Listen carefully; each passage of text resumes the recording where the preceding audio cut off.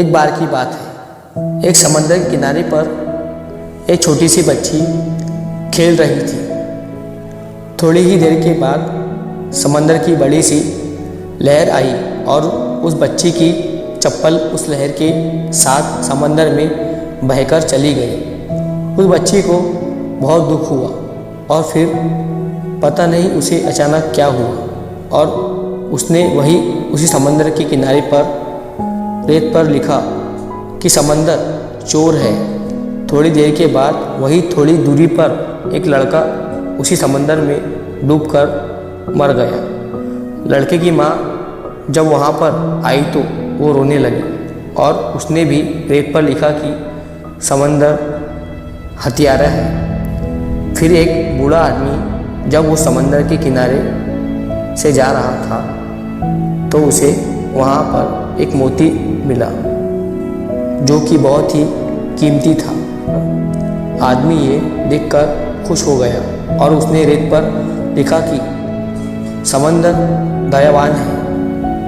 और अब कुछ मछुआरे वहाँ पर आए और उन्होंने समंदर में जाल फेंककर उसी किनारे पर बैठे बैठे सारी मछलियों को पकड़ लिया। अब उनमें से एक मछुआरे ने रेत पर लिखा कि समंदर मेरा पालनहार है। अब देखा जाए तो इन चारों लोगों ने अलग अलग बातें लिखी। किसी ने समंदर को अच्छा कहा तो किसी ने बुरा, किसी ने समंदर को पालनहार कहा तो किसी ने हत्यारा, किसी ने चोर कहा तो किसी ने दयावान। अब थोड़ी देर बाद समंदर की एक बड़ी सी लहर आई और ये जितना भी उस किनारे पर लिखा हुआ था वो लहर सब कुछ मिटाकर चली गई। अब किनारे की सारी मिट्टी वापस पहले जैसी हो गई।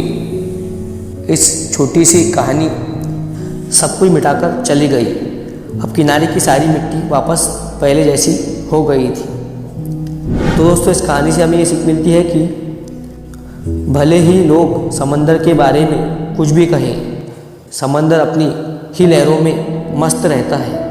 दोस्तों, ये कहानी बहुत ही छोटी सी है लेकिन हमें ये कहानी बहुत कुछ बड़ा सिखाती है। सेम इसी तरह हमारी ज़िंदगी भी है। सेम इसी तरह ज़िंदगी में भी लोग हमें क्या बोलते हैं उसे ना सोचकर हमें अपना काम अपने मन मुताबिक करते रहना चाहिए। अगर आप लोगों की सोच के बारे में सोचते रहेंगे तो आप कभी भी आगे नहीं बढ़ पाओगे।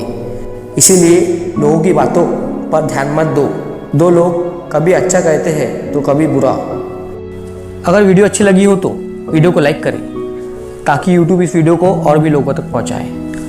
अगर कहानी अच्छी लगी हो तो हमारे चैनल को सब्सक्राइब जरूर करें। मिलता हूँ अगली बार इसी तरह एक नई कहानी के साथ। तो सब्र के साथ काम लो और ज़िंदगी में आगे बढ़ो।